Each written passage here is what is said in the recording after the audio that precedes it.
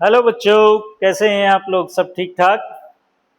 चलिए, आज पढ़ेंगे एक इम्पोर्टेंट टॉपिक जिसका नाम है ओम्स लॉ। ये हाई स्कूल में भी हमने पढ़ा था और यहाँ ट्वेल्थ में पढ़ेंगे। ट्वेल्थ के लिए भी ये most important topic, high school में पढ़ा था, यहाँ भी पढ़ेंगे। और चलो करते हैं शुरू। ओम्स लॉ क्या बात करते हैं? ओम्स लॉ के बारे में। क्या था ओम्स लॉ? मान लो आपके पास कोई कंडक्टर है, एक कंडक्टर है, metallic conductor.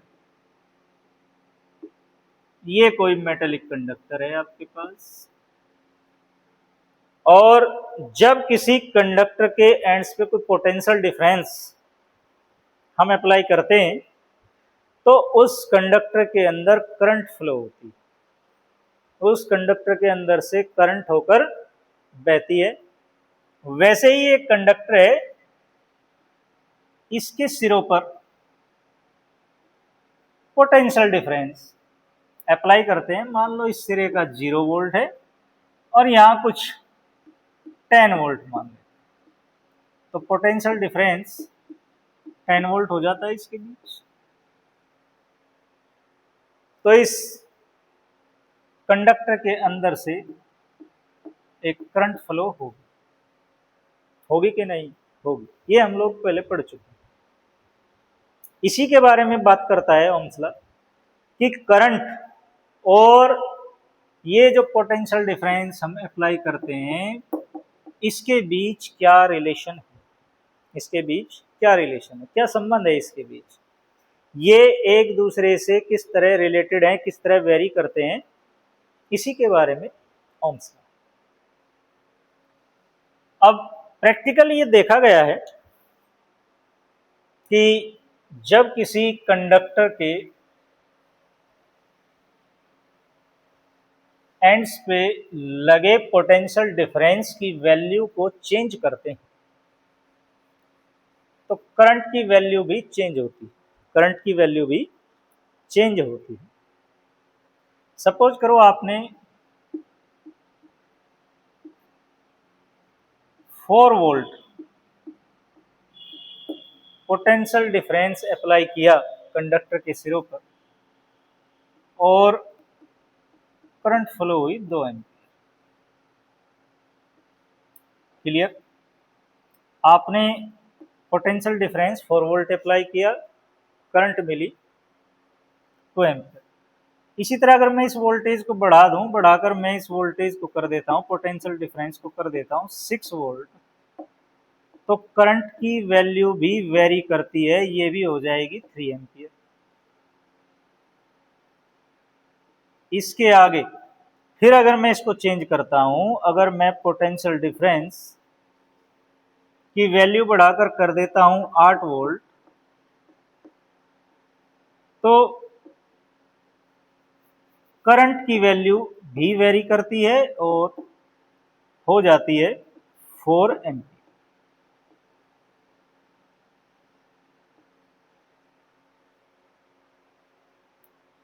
4 volt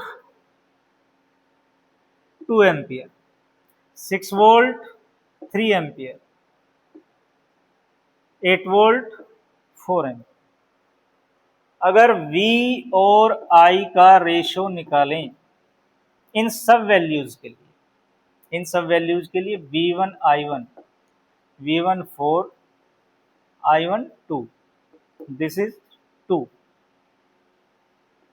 V2 I2, V2 6 and I2 3, that is 2, V3 I3, V3 8 volt and this is 4 ampere and this is also 2. So we found that सभी कॉम्बिनेशंस के लिए, इस कॉम्बिनेशन के लिए, इस कॉम्बिनेशन के लिए और इस कॉम्बिनेशन के लिए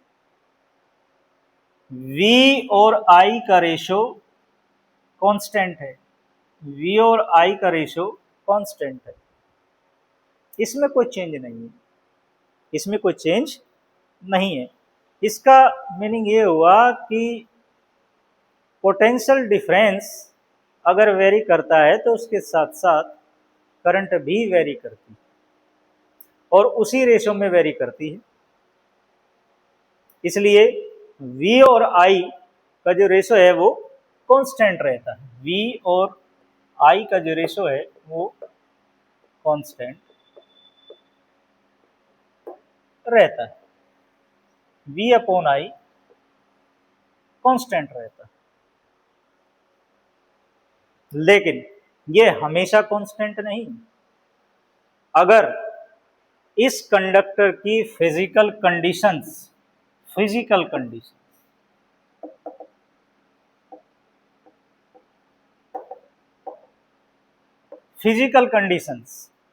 like temperature, pressure, dimension, etcetera, अगर ये चेंज होती हैं तो फिर V और I का रेशो कांस्टेंट नहीं रहेगा जब तक कंडक्टर की फिजिकल कंडीशंस,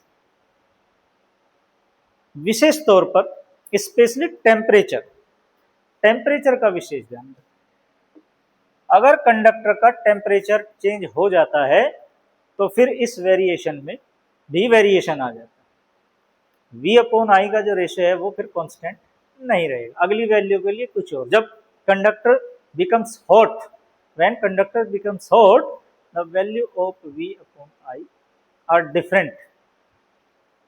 जैसे यहाँ कांस्टेंट थी तो मे बी यहाँ ये वैल्यू निकल कर आ सकती है।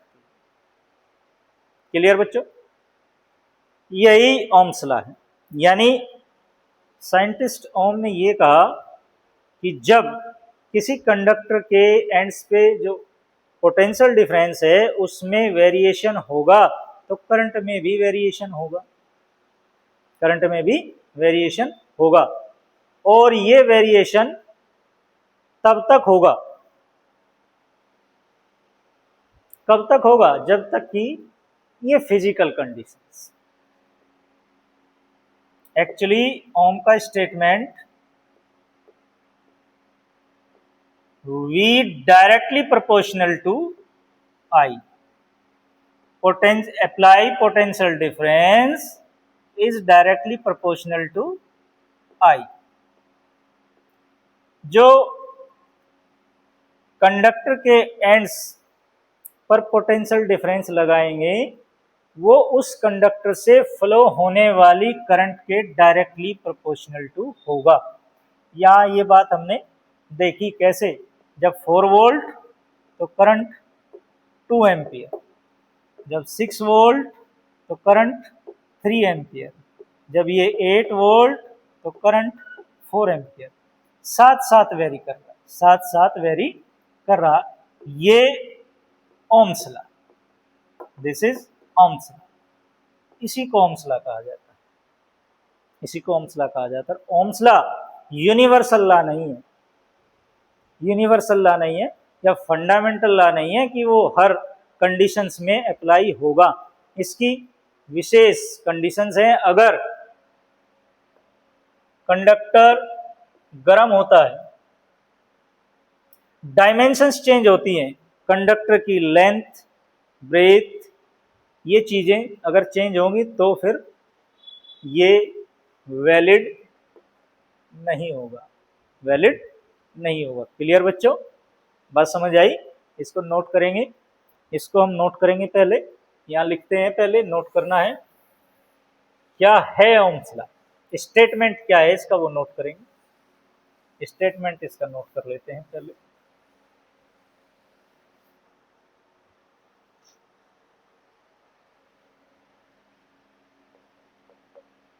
At constant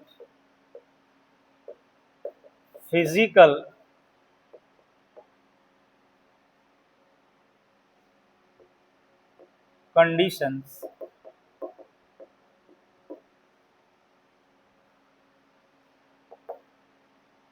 the potential difference across the ends of a conductor is directly proportional to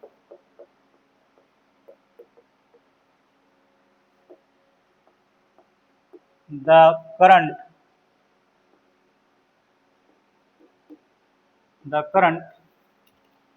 flowing through it.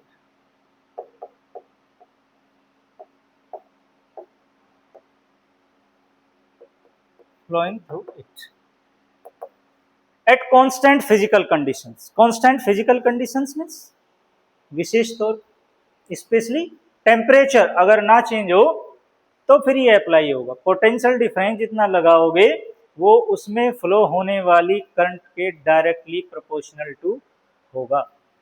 Conductor में रेजिस्टेंस भी होता है, बाधा भी होती है। आई करंट फ्लो हुई जब आपने पोटेंशियल डिफरेंस V अप्लाई किया इस तरह से। क्लियर बच्चों? If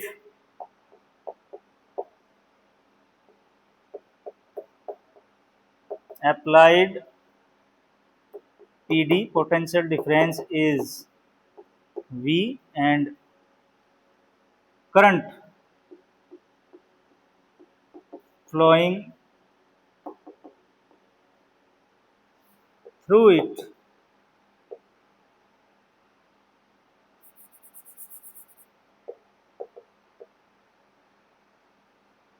through the conductor is I, then according to Ohm's law,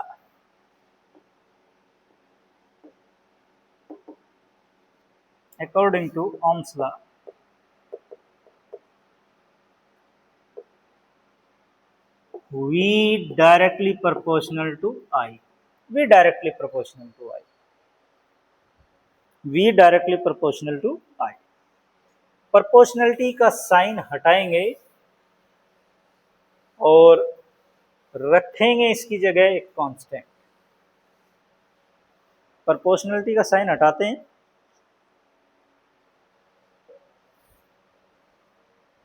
और V equals to I R, V equals to I R, where R is a constant called electric resistance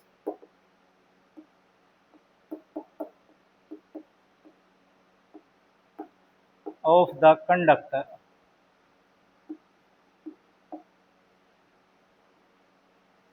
at constant temperature.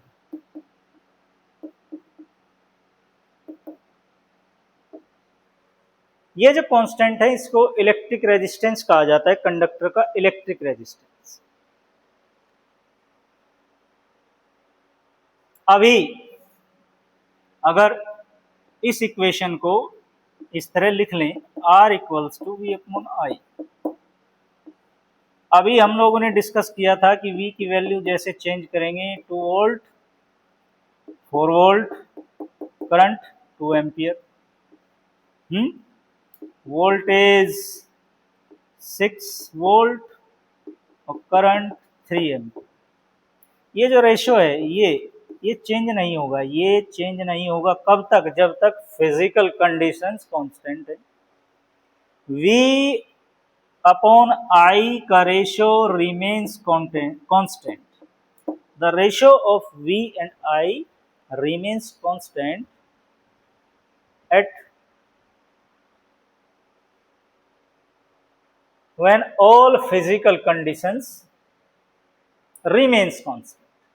जब तक सभी physical conditions constant रहेंगी तो V और I का जो ratio है वो कांस्टेंट रहेगा, और उस कांस्टेंट को हमने कहा capital R। Capital R means electric resistance of a conductor. सभी कंडक्टर्स का अपना एक इलेक्ट्रिक रेजिस्टेंस होता है, और इसकी वैल्यू चेंज तब होगी जब उसका टेम्परेचर या उसकी डायमेंशंस हम लोग चेंज करेंगे। क्लियर? यानी कि ये डायमेंशन पे डिपेंड करता है, टेम्परेचर पे भी डिपेंड करता है। इसके बारे में डिटेल में बाद में बात करेंगे। फिलहाल this is Ohm's law, V upon I equals to constant, V upon I equals to R, और R क्या है? कांस्टेंट, जिसको कहा गया है electric resistance of a conductor. Is that clear बच्चों? नोट कर लें, इसे नोट कर लीजिए।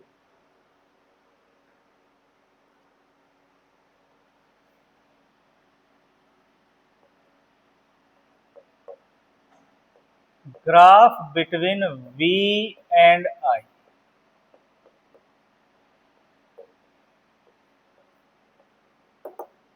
किसी कंडक्टर के एंड्स पे अप्लाई किए गए पोटेंशियल डिफरेंस और उससे फ्लो होने वाली करंट के बीच अगर ग्राफ प्लॉट किया जाए तो दिस ग्राफ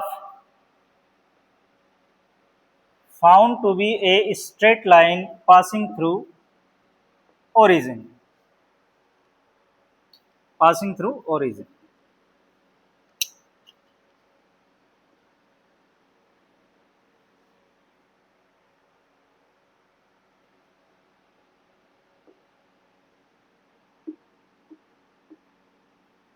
y एक्सिस पर हमने लिया है वोल्टेज को, पोटेंशियल डिफरेंस को, और x एक्सिस पे लिया है करंट को।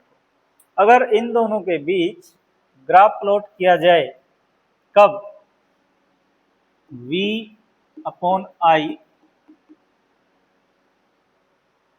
के लिए ये ग्राफ है। कब इनके बीच ग्राफ प्लॉट किया जाए? कब? जब तक फिजिकल कंडीशंस कांस्टेंट हैं। तो ये ग्राफ ओरिजिन से पास होने वाली एक स्ट्रेट लाइन होती है, ए straight line passing through origin. और स्ट्रेट लाइन जो ग्राफ होता है किन्हीं भी दो क्वांटिटीज के लिए, स्ट्रेट लाइन ग्राफ तब हमें मिलता है जब दोनों क्वांटिटीज एक दूसरे के डायरेक्टली प्रोपोर्शनल टू हों। ये ओम्स लॉ में हमने पढ़ा। जब एक फिजिकल क्वांटिटी दूसरी फिजिकल क्वांटिटी के डायरेक्टली प्रोपोर्शनल टू है तो उसी कंडीशन में उनके बीच जो ग्राफ प्लॉट किया जाता है वो एक स्ट्रेट लाइन होती है। क्लियर बच्चों? तो ये स्ट्रेट लाइन इस बात को इंडिकेट करती है कि V directly proportional to I, या ये कहेंगे V और I का जो रेशियो है वो कांस्टेंट रहेगा। जैसे इसको हम इस तरह ले सकते हैं, आपने वोल्टेज लगाई 4 वोल्ट, करंट मिलती है 2 एम्पियर। इन दोनों को मिलाएं, यहां एक डॉट लगा लेते हैं, यहां एक डॉट ऐसे लगा लेते हैं। चलिए, आपने फिर वोल्टेज कर दिया है, बढ़ाकर 6 वोल्ट, और करंट हो जाती है 3 एम्पियर। यहाँ एक डॉट लगाते हैं। फिर आपने वोल्टेज को कर दिया 8 वोल्ट, और 8 वोल्ट के कॉरस्पॉन्डेंस 4 एम्पियर करंट फ्लो होती है। यहाँ फिर आपने एक डॉट लगाया। तो इन डॉट्स को जब हम मिला देंगे तो आपको स्ट्रेट लाइन, इसका मतलब इसकी और इसका रिलेशन कैसा है? ऐसा है, V directly proportional to I। जैसे जैसे हम वेरिएशन लाते हैं वोल्टेज में तो I भी वेरी करता है उसी रेशो में। यहाँ 2 का डिफरेंस है, 2 वोल्ट का डिफरेंस है, यहाँ 1 एम्पियर का डिफरेंस। फिर यहाँ भी 2 वोल्ट का डिफरेंस है, इन दोनों के बीच में भी 1 एम्पियर का डिफरेंस है। ये डिफरेंस मेंटेन कर रहा है एक दूसरे को, यानी कि उसी रेशो में करंट भी वेरी करती है जिस रेशो में हम वोल्टेज में वेरिएशन लाते हैं। क्लियर बच्चों? तो the graph between V and I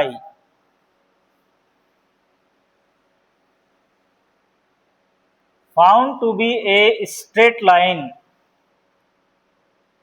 passing through origin, and it may be happen only when one physical quantity is directly proportional to other physical quantity। जब एक फिजिकल क्वांटिटी दूसरी physical quantity के directly proportional to होती है तो फिर graph एक straight line मिलता है। Is that clear? The graph between V and I is found to be a straight line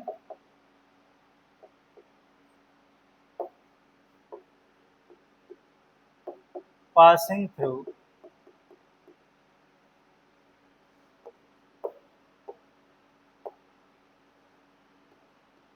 origin, This graph is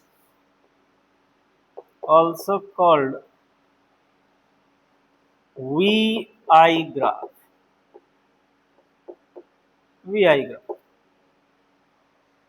okay,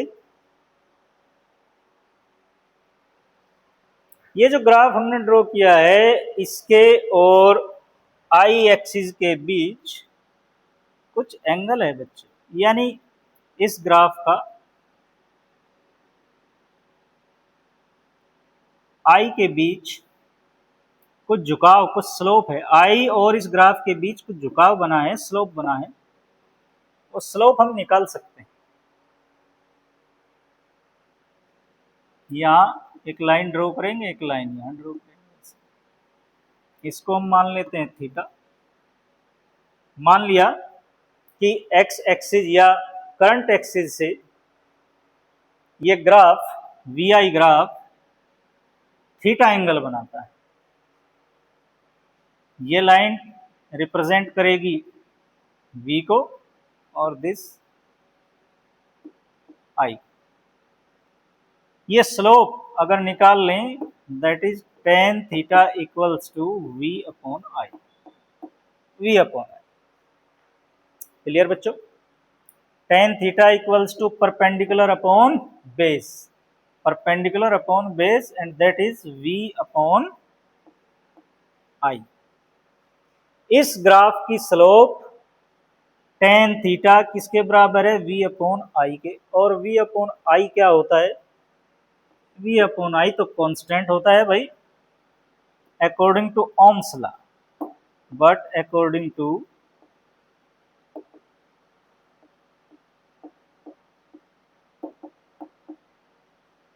ohms law तो ये कहता है कि R equals to V upon I होता है भाई। कंपेयर करें इक्वेशन 1 और 2 की,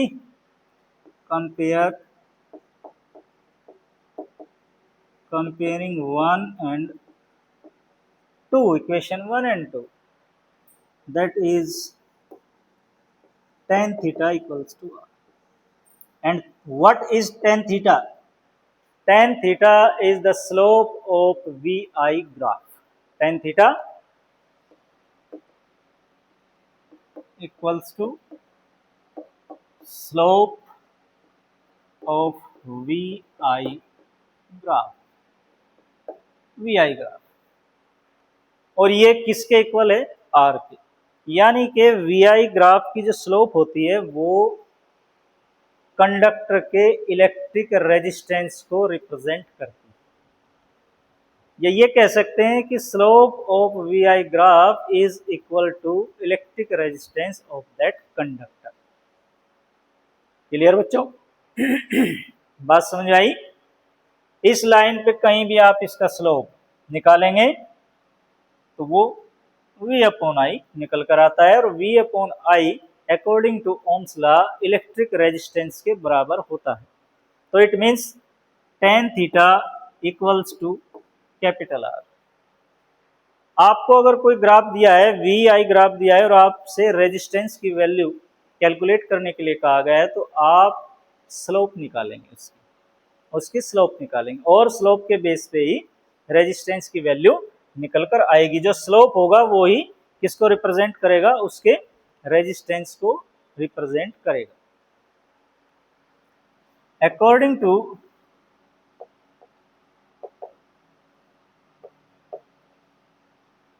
the figure, according to the graph,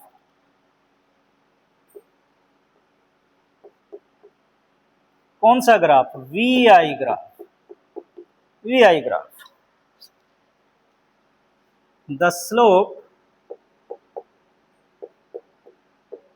of graph tan theta equals to v upon I, that is equation 1. But according to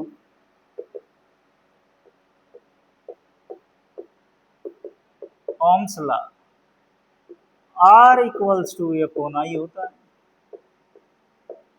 equation number 2। And जब compare करेंगे R की value slope के बराबर, R की value we I graph के slope के बराबर, comparing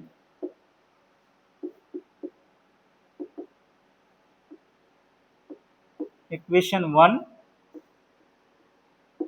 and 2, R equals to tan theta, और tan theta equals to R कैसे भी आप लिख सकते हैं इसको, मीन्स, और slope of V I graph equals to electric resistance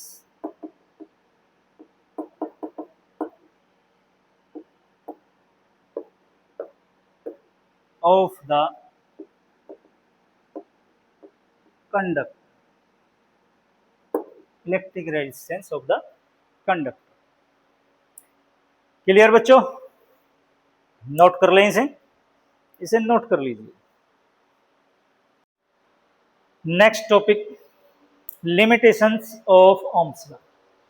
ohms law fundamental rule नहीं है, इस नेचर का फंडामेंटल रूल नहीं है, यानी ये नहीं कह सकते इसके बारे में कि ये हर सिचुएशन में, हर कंडीशन में लागू हो। जितने भी कंडक्टर्स हैं उनकी अपनी एक कॉमन प्रॉपर्टी होती है, किसी कंडक्टर का रेजिस्टेंस ज़्यादा होगा, किसी का कम होगा। कहने का मतलब ये है, कुछ करंट को अलाउ इजीली कर देते हैं और कुछ अलाउ इजीली नहीं करते। और ओम्स लॉ के लिए सबसे पहले जब हमने आपको ओम्स लॉ के बारे में बताया तो सबसे पहली लाइन यही थी कि at constant physical conditions, temperature और उसकी डायमेंशंस ये स्पेशल रोल प्ले करती हैं। अगर ये चेंज होती हैं तो फिर ओम्स लॉ वैलिड नहीं होगी। चलिए, कहने का मतलब ये है कि इसकी भी कुछ लिमिट्स हैं और उन लिमिट्स के बारे में अब थोड़ा डिस्कस करते हैं। जैसे number 1, non linear behaviour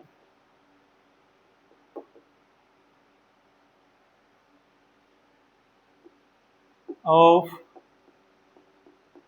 VI graph, non linear behaviour of VI graph. अभी तक हमने ओम्स लॉ में ये पढ़ा कि करंट वोल्टेज के साथ लीनियरली वेरी करती है, ऐसे डायरेक्टली प्रोपोर्शनल टू होती है। एक स्ट्रेट लाइन होता है ग्राफ V और I के बीच जो ओरिजिन से पास होता है, but I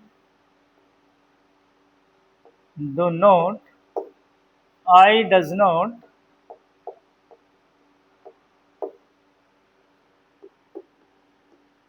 varies linearly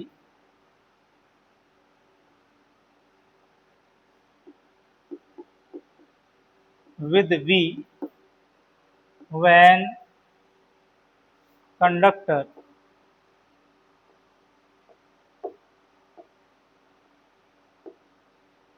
become hot।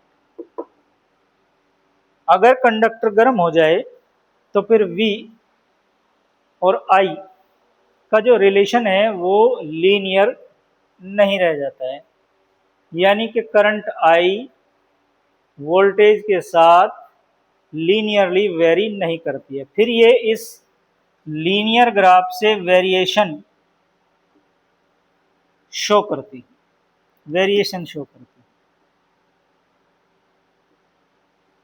इस तरह। अगर कंडक्टर गर्म हो जाएगा तो एक्चुअली होना चाहिए था ग्राफ ऐसे लीनियर, I और V के बीच इस तरह से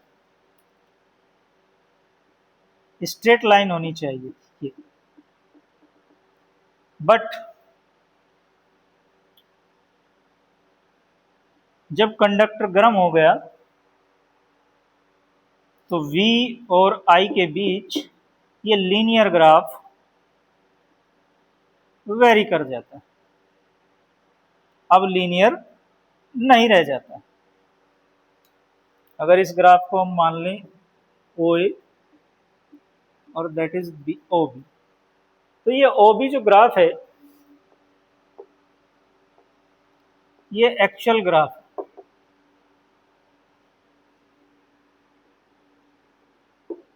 एक्चुअल ग्राफ कब, जबकि कंडक्टर गर्म हो गया है, उस समय स्ट्रेट लाइन नहीं, ये ऐसे स्ट्रेट पाथ से डेविएट हो जाता है। Actual graph of VI between V and I and OA desire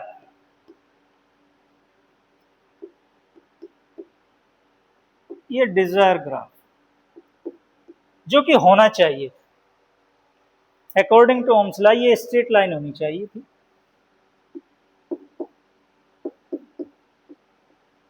लेकिन कंडक्टर के गर्म होने पर क्या हुआ, ग्राफ लीनियर नहीं, लीनियर पाथ से डेविएशन शो करता है। क्लियर बच्चों? चलिए, ये तो हुई जब कंडक्टर गर्म हो जाता है, becomes hot.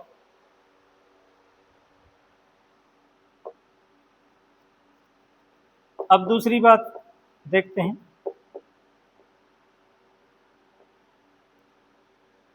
Measurable current starts at a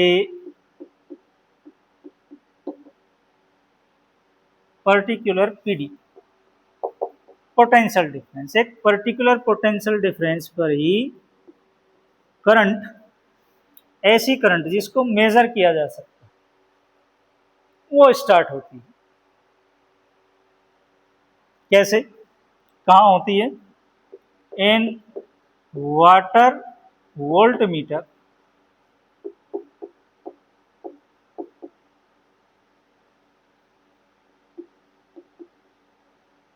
in water volt meter में जब VI ग्राफ ड्रॉ किया जाता है, यहाँ V को लिया है इस बार एक्स एक्सिस पर, इससे कोई फर्क नहीं पड़ता है। तो इस तरह की एक ग्राफ मिलता है और इस वोल्टेज को हम V0 मान लेते हैं। स्ट्रेट लाइन तो है, करंट वोल्टेज के साथ लीनियर तो वेरी कर रही है, स्ट्रेट लाइन है, लीनियरली तो वेरी कर रही है, बट स्टार्ट कहां से हुई? ओरिजिन से स्टार्ट नहीं, ओरिजिन से स्टार्ट नहीं हुई। स्टार्ट कहां से हुई? At a particular potential difference, जिसको हम लोगों ने V0 मान लिया, इसको V0 मान लिया।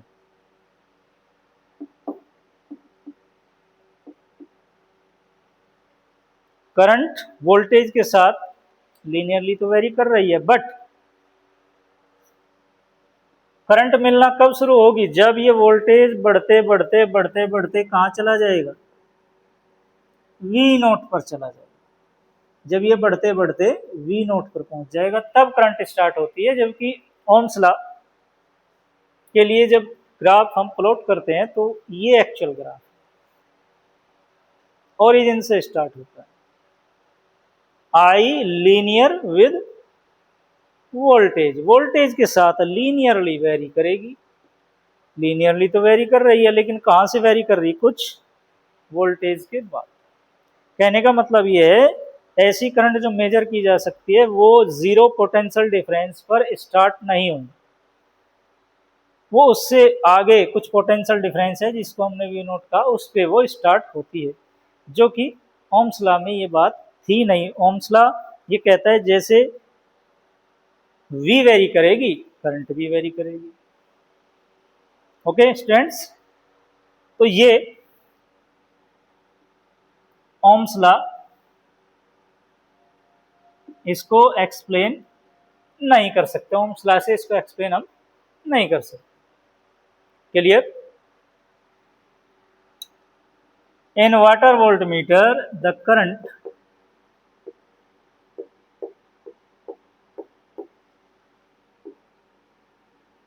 begin to flow at a particular potential difference V0.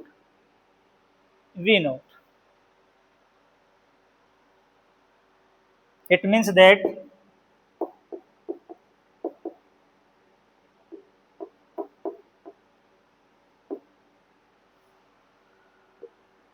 current starts to flow when V equals to V0. जब वोल्टेज बढ़ते V0 के बराबर होती है तो वहां से करंट फ्लो होना शुरू करती है, if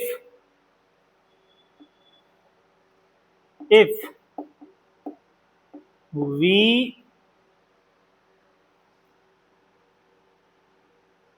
less than, if V0 less than,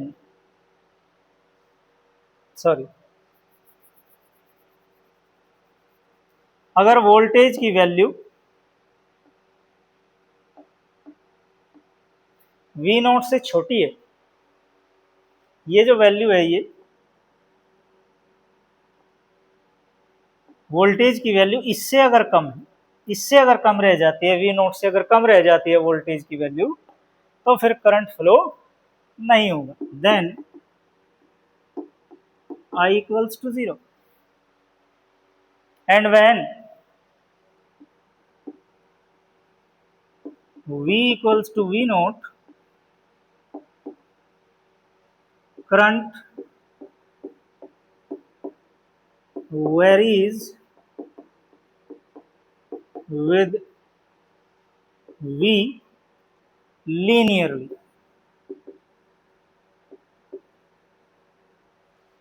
तो वाटर वोल्टमीटर में करंट जो मिलती है वो एक पर्टिकुलर पोटेंशियल डिफरेंस पर मिलती है, ओरिजिन से नहीं मिलती। जबकि ओम्स लॉ में हमने क्या पढ़ा, साथ साथ इंक्रीज होंगे। इसे आप नोट कर लें बच्चों, मैं साफ करूंगा फिर, इसे नोट कर लीजिए। नोट कर लिया बच्चों? सो अगर V नोट की वैल्यू, ये कहें कि वोल्टेज जो अप्लाई किया हमने, वोल्टेज जो अप्लाई किया उसकी वैल्यू अगर V नोट से कम है तो फिर करंट फ्लो नहीं होगी। और ऐसा ओम्स लॉ में हमने नहीं कहा था। विच इज, अरे अरे अरे अरे, which is against of Ohm's law. ये तो ओम्स लॉ के अगेंस्ट बात कह दी हमने। क्लियर बच्चों? चलिए तीसरी कोई बात करते हैं ऐसी जहां ओम्स लॉ के अगेंस्ट बात होगी। तीसरी बात करते हैं, देखिए semiconductor diode, semiconductor diode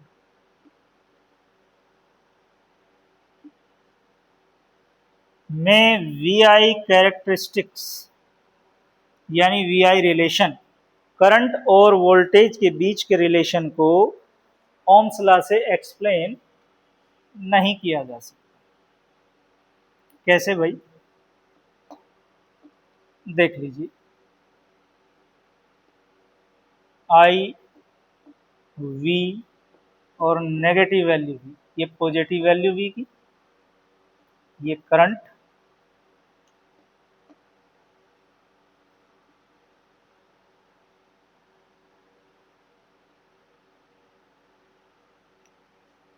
semiconductor diode के लिए VI ग्राफ ऐसा होता है। VI ग्राफ ऐसा होता है। ओम्स लॉ में क्या कहा गया था कि भाई स्ट्रेट लाइन होगी, पर सेमीकंडक्टर में स्ट्रेट लाइन नहीं है। ये डायरेक्शन, जब पॉजिटिव वोल्टेज को इंक्रीज करते हैं तो करंट भी इंक्रीज होती है, but not linearly. Ohm's law में कहा गया है कि आप जैसे जैसे वोल्टेज की वैल्यू को इंक्रीज करोगे करंट भी इंक्रीज होगी। वो तो हो रही है लेकिन डायरेक्टली प्रोपोर्शनल टू नहीं, डायरेक्टली प्रोपोर्शनल टू नहीं, डायरेक्टली प्रोपोर्शनल टू तो फिर स्ट्रेट लाइन होती। तो इसका मतलब ये भी ओम्स लॉ के अगेंस्ट बात है। अच्छा एक और इसमें बात ऐसी है, वो तो बहुत अगेंस्ट है। अगर आप नेगेटिव पोटेंशियल डिफरेंस भी दे रहे हैं कंडक्टर को, तो भी एक स्मॉल करंट इसमें इंक्रीज, इसमें फ्लो होती है, जिसके लिए ये ग्राफ दिखाया गया है। एक स्मॉल करंट तब भी फ्लो होती है। यानी कहने का मतलब यह है कि करंट का फ्लो सेमीकंडक्टर में डिपेंड करता है sign of potential difference, potential difference के साइन पे भी डिपेंड करता है। ऐसा ओम्स लॉ में तो हमने नहीं पढ़ा। ओम्स लॉ में तो सीधी बात होती है कि V directly proportional to electric current. Sign change कर दिया तो करंट की डायरेक्शन भी चेंज हो गई, जबकि नेगेटिव पोटेंशियल डिफरेंस पे तो करंट होनी नहीं चाहिए थी, लेकिन यहां होती है। सो द VI ग्राफ, या इसको ये कहें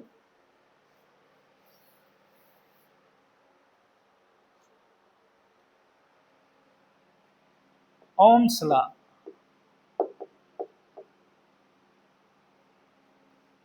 fails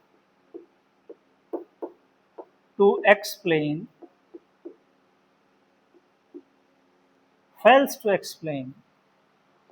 the voltage current relation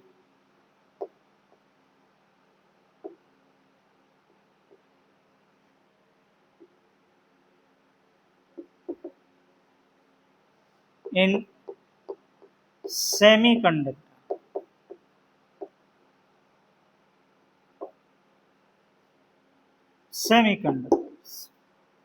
कैसे कैसे फेल हो गया? पहली तो बात, ग्राफ लीनियर नहीं है। VI graph is not linear.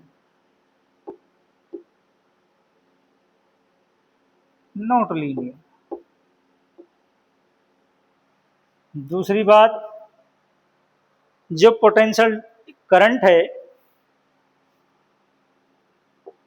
The current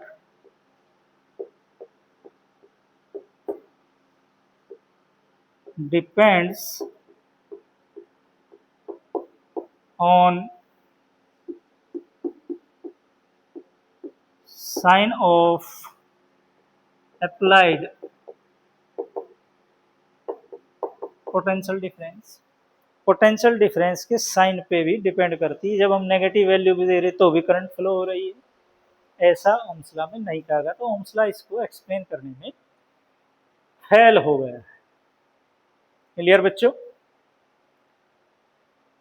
चलिए एक और बात करते हैं इसके बारे में, एक और लिमिटेशंस की बात करेंगे। पहले इसको नोट कर लीजिए, नोट कर लें इसको। एक लिमिटेशंस की और बात करेंगे। क्या है इसकी एक और limit? if electric current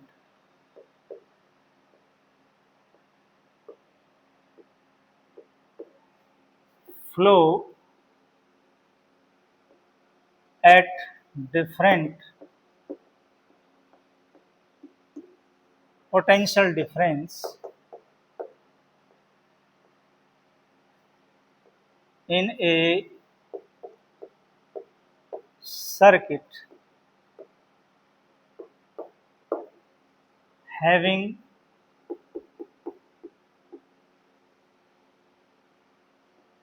a torch bulb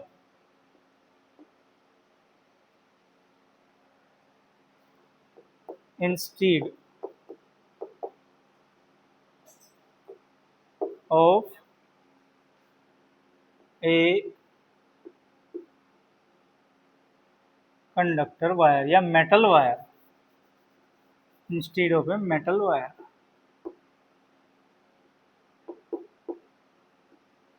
then VI graph not exactly linear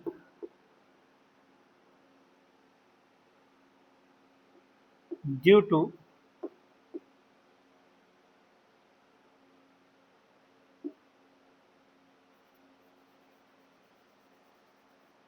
linear because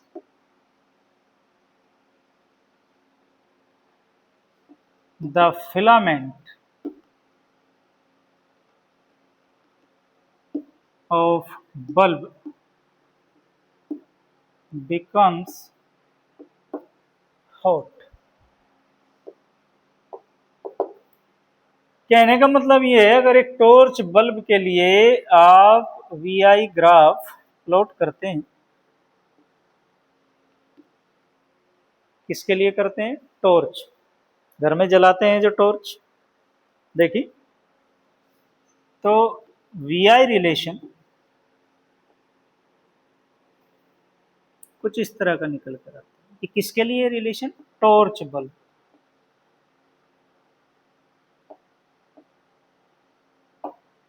ये भी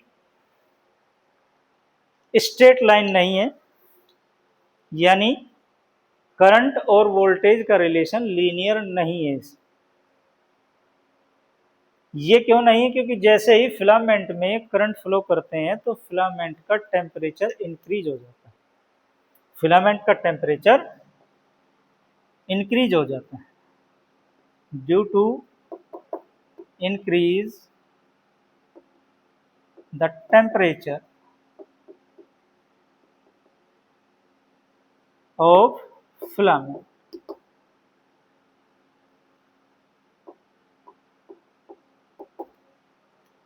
कभी देखा होगा फिलामेंट वाले बल्ब को आपने अगर छू कर देखा हो, जब उसमें इलेक्ट्रिक करंट फ्लो की गई है, वो ग्लो कर रहा है उस टाइम, उसको छू के देखेंगे आपको गर्म लगेगा। वो इसलिए क्योंकि उसका फिलामेंट गर्म होता है और वो अपने चारों ओर हीट रिलीज करता है, जिससे कि बल्ब भी गर्म हो जाता है। और ये पहले ही डिस्कस हो चुका है कि जब कंडक्टर का वायर गर्म, कंडक्टर हॉट होगा, गर्म होगा, तो फिर वी आई रिलेशन लीनियर नहीं होगा। तो इस तरह से ओम्स लॉ की भी कुछ लिमिटेशंस हैं। It is not a fundamental rule of nature. ऐसा नहीं है कि इसको हम सभी जगह अप्लाई कर सकते हैं। क्लियर बच्चों? इसको नोट कर लें, नोट कर लें इसको।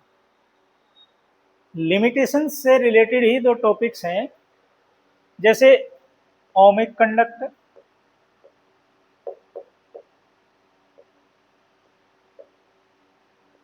और नॉन ओमिक कंडक्टर। देखो, जैसे नाम से ही हम लोगों को पता लग रहा है कि ओमिक कंडक्टर, ऐसे कंडक्टर्स जहां की ओम्स लॉ वैलिड हो, जो ओम्स लॉ को ओबे करते हो, यानी जिनके लिए वी आई ग्राफ एक स्ट्रेट लाइन हो, वी और आई के बीच रिलेशन किस तरह का हो कि V linear with electric current, या आई लीनियर विद वोल्टेज। अगर वोल्टेज की वैल्यू, वोल्टेज की डायरेक्शन को रिवर्स करते हैं तो करंट की डायरेक्शन भी रिवर्स हो जाए, लेकिन मैग्नीट्यूड वोल्टेज के साथ ही वेरी करता रहेगा, वैसे लीनियरली वेरी करेगा। तो ओमिक कंडक्टर्स कैसे कंडक्टर्स होते हैं? The conductors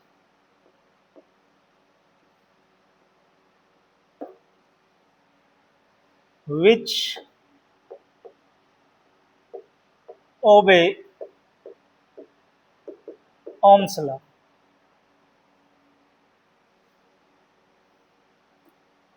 are called ohmic conductor।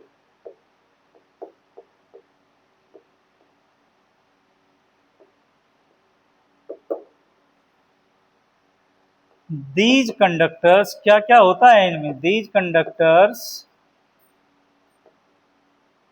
क्या क्या होना चाहिए बच्चों इसमें? इन कंडक्टर्स में क्या क्या प्रॉपर्टी होनी चाहिए? सबसे पहली प्रॉपर्टी,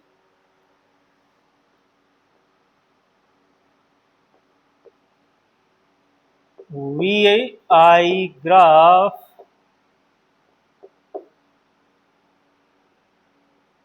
इज लीनियर।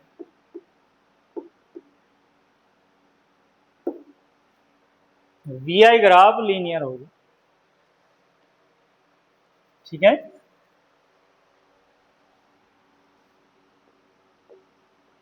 दूसरी बात, वी आई ग्राफ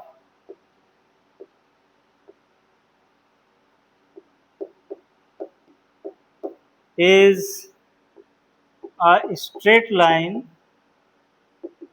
या लीनियर कह सकते हैं, straight line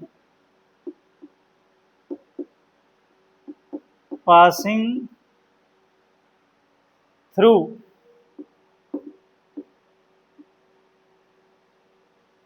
origin. Straight line होगा, लीनियर होगा, और कहां से पास होगा? ओरिजिन से पास होगा।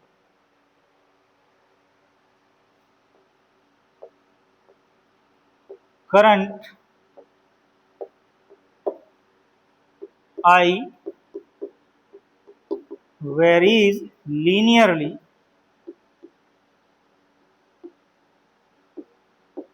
विद वोल्टेज या potential difference.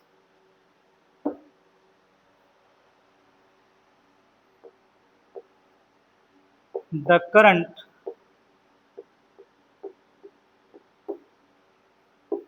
gets reversed in direction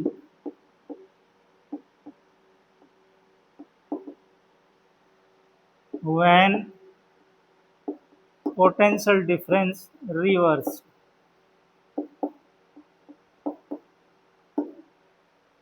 अगर पोटेंशियल डिफरेंस को रिवर्स कर दिया जाए तो करंट भी डायरेक्शन में रिवर्स होगी, but magnitude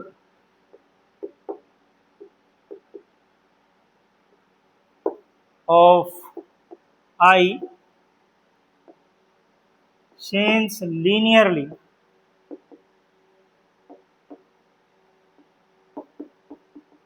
with potential difference. Linearly बदलेगा, रिवर्स होके भी लीनियरली बदलेगा। तो ओमिक कंडक्टर्स जो होते हैं उनकी ये प्रॉपर्टी है। ग्राफ कैसा होगा? स्ट्रेट लाइन होगा। कहां से पास होगा? ओरिजिन से पास होगा। वी और आई के बीच रिलेशन लीनियर होगा, लीनियर रिलेशन। अगर पोटेंशियल डिफरेंस को रिवर्स कर दिया जाए, दूसरी डायरेक्शन में अप्लाई कर दिया जाए, तो करंट भी रिवर्स होगी। जैसे मान लो ये कंडक्टर है और आपने पोटेंशियल डिफरेंस ऐसे अप्लाई किया, तो करंट की डायरेक्शन ये, potential difference high to low. और दूसरे कंडक्टर में आपने ऐसा किया, ये हाई पोटेंशियल पे, लो पोटेंशियल पे पोटेंशियल डिफरेंस को रिवर्स कर दिया है, तो करंट की डायरेक्शन भी रिवर्स हो जाएगी। लेकिन वेरी कैसे करेगी? वेरी कैसे करेगी? लीनियरली। लीनियरली क्यों? किसकी बात कर रहे हैं? क्योंकि हम बात कर रहे हैं ओमिक कंडक्टर्स। ओमिक कंडक्टर्स वो कंडक्टर्स होते हैं जो कि ओम्स लॉ को ओबे करते हैं। कोई एग्जाम्पल? एग्जाम्पल भी होना चाहिए।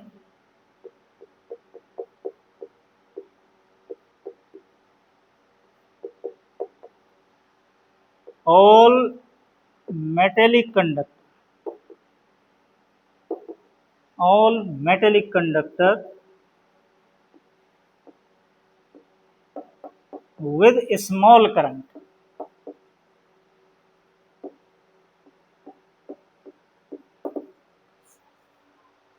मेटेलिक कंडक्टर में जब आप छोटी करंट फ्लो करते हैं तो वो गर्म नहीं होते, मेजरेबल गर्म नहीं होते, इसलिए उनके बीच ग्राफ क्या रहेगा? एक स्ट्रेट लाइन रहेगी।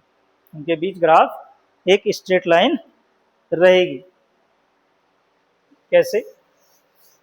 अभी जैसे हमने रिवर्स की बात बताई थी कि अगर रिवर्स करेंगे तो रिवर्स होगी।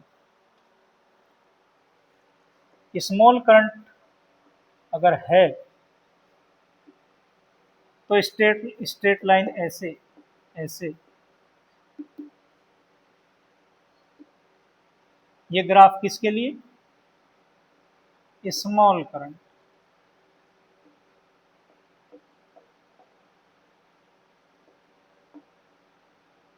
प्योर मेटल के लिए,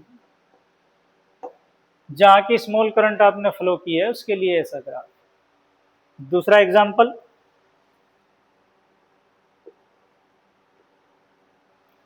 इलेक्ट्रोलाइट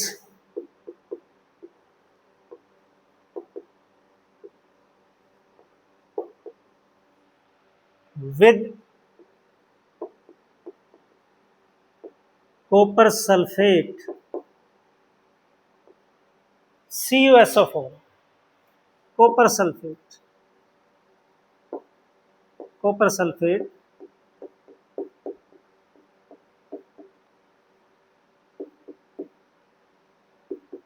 सॉल्यूशन।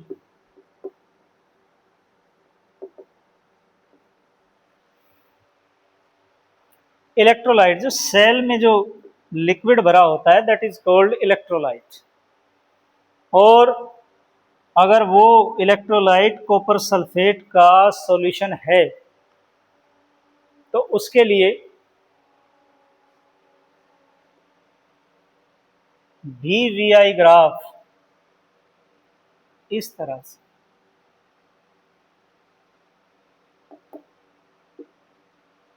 इस तरह से वेरी करता है। किस तरह से वेरी करता है? इस तरह से, इस तरह से वेरी करता है, इस तरह से।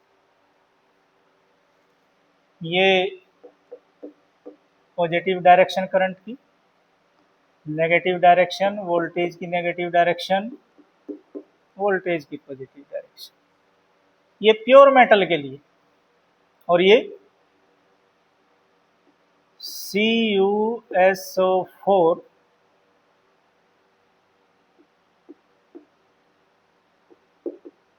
सॉल्यूशन के लिए, CuSO4 सॉल्यूशन के लिए graph that is positive I, negative I, positive V,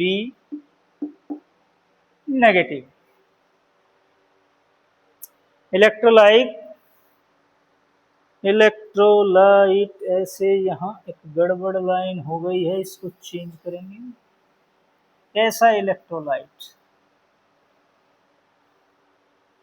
यह वर्ड होना चाहिए लाइक,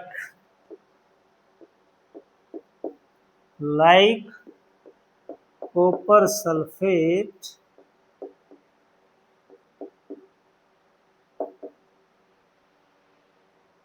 यानी कि CuSO4 solution.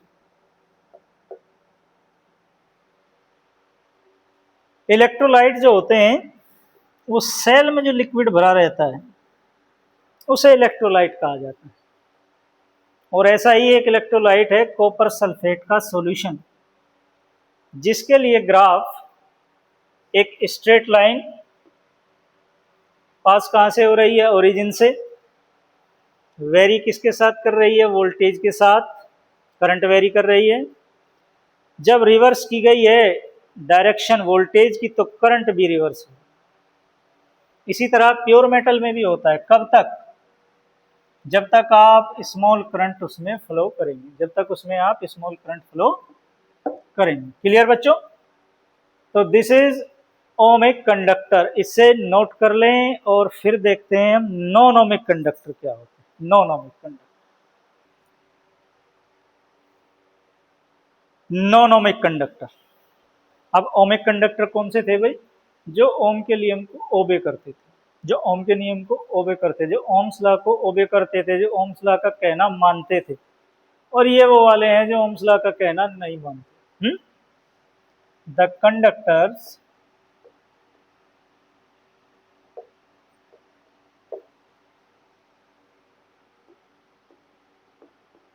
which do not obey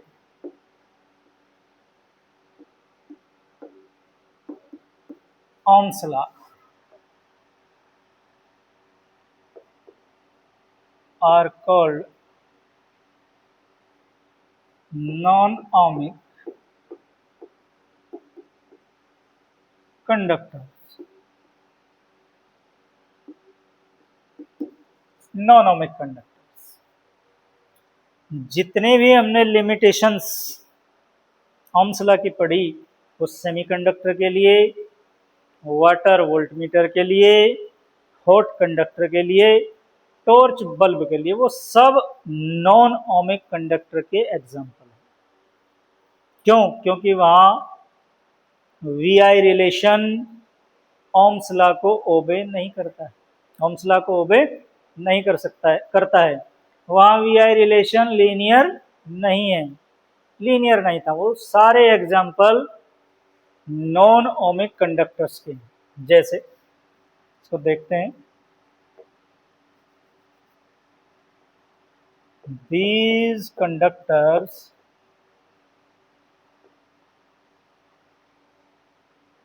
क्या होता है इन कंडक्टर से?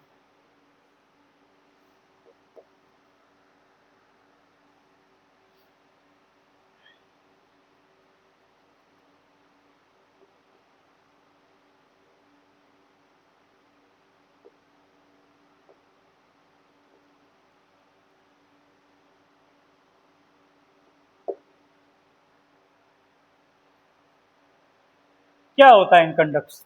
जैसे पहला एग्जाम्पल हम ले लेते हैं किसका भाई? अरे वाटर वोल्ट मीटर का ही ले लेते हैं, आई एंड वी।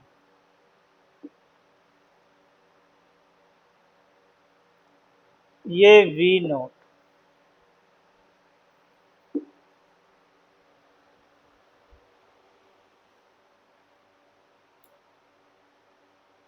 करंट वोल्टेज के लीनियर तो है, लेकिन स्टार्ट कहाँ होती है? एक पर्टिकुलर पोटेंशियल डिफरेंस। कहाँ शुरू होती है?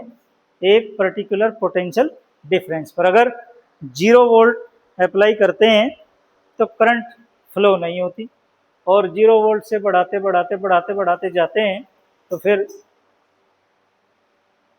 करंट भी बढ़ती है। तो कहने का मतलब यह है कि वी आई स्ट्रेट लाइन, ये जो वी आई ग्राफ की स्ट्रेट लाइन है बच्चों, ये ओरिजिन से पास नहीं हो रही, जबकि ओम्स लॉ में ये ओरिजिन से पास होनी चाहिए। The straight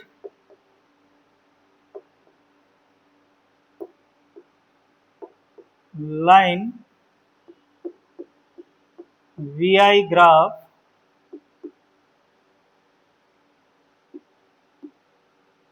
does not pass through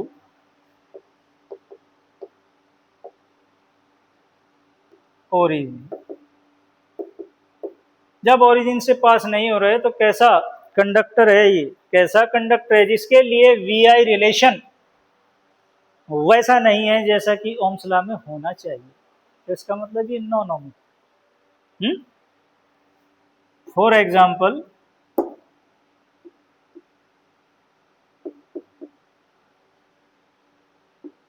water volt meter, इसका जिक्र अभी भी हमने किया था थोड़ी देर पहले। क्लियर बच्चों? दूसरी बात करते हैं, दूसरी और बहुत important, V I graph is not linear। V I graph linear नहीं है। इसके बहुत सारे एग्जांपल, टॉर्च बल्ब के लिए, सेमीकंडक्टर के लिए, सेमीकंडक्टर डायोड के लिए, जब कंडक्टर हॉट हो जाए तब के लिए। यानी कि कब कब लीनियर नहीं होगा? व्हेन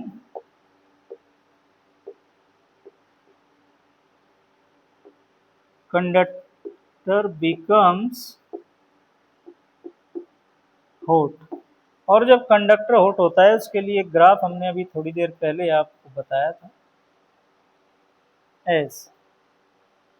यहां तक तो ये स्ट्रेट था, लेकिन इसके बाद वेरिएशन कर दिया। किसके लिए? Hot conductor, hot conductor I and this is we.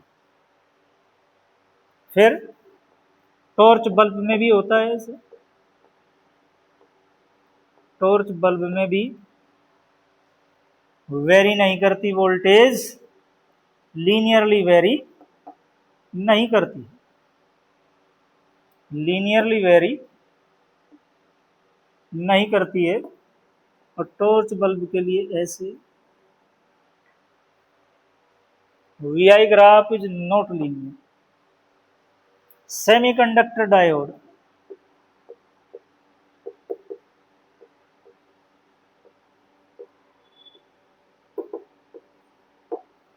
Semiconductor diode में भी नहीं करती। सेमीकंडक्टर डायोड में तो नेगेटिव वोल्टेज पे भी करंट फ्लो होती है।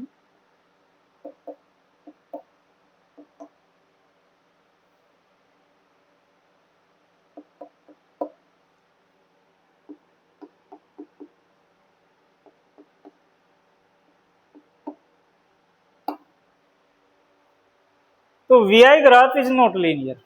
किसके लिए लीनियर नहीं है? नॉनोमिक सेमीकंडक्टर, नॉनोमिक कंडक्टर्स के लिए, नॉनोमिक कंडक्टर्स के लिए। तो एग्जाम्पल में हम क्या क्या लिख सकते हैं भाई? एग्जाम्पल में लिख सकते हैं hot conductor, hot conductor, torch bulb,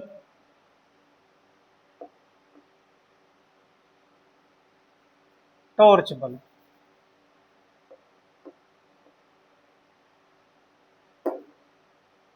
semiconductor diode,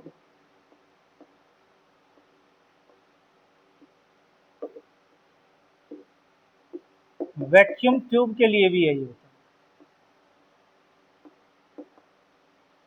vacuum tube में भी VI relation, VI relation for vacuum tube इस प्रकार से, इस तरह से होता है।